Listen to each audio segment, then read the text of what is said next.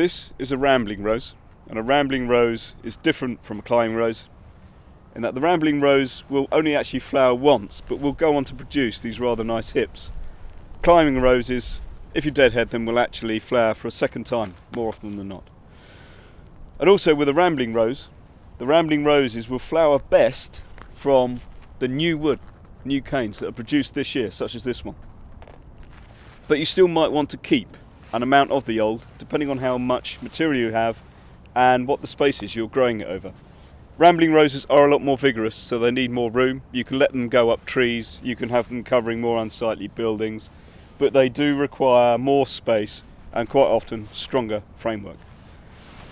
So to start with, I'd actually just go along and quickly nip back last year's flowering trusses that haven't gone on to produce anything that we can use for tying in. We don't worry about outward facing buds, and again I just prune it to around about 2 inches off the stem. Once all the laterals are cut back, we then concentrate on these newer growths. These are the ones that will carry the best flowers for next summer, and we want to ensure that we can bend those down as low as we can onto the frame and tie them securely. And then we must remember after the last tie to prune back to the nearest bud.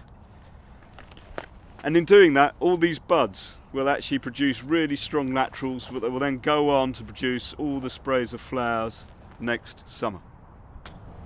This is a rambler that we've already done. The growths were about 6 or 7 metres long, and they've been arranged just on these posts, and we've swept it in the shape from there, bending the stems just below horizontal and building them up in layers, and then we have more stems arising there that come up and dip back down below horizontal all the way along the posts.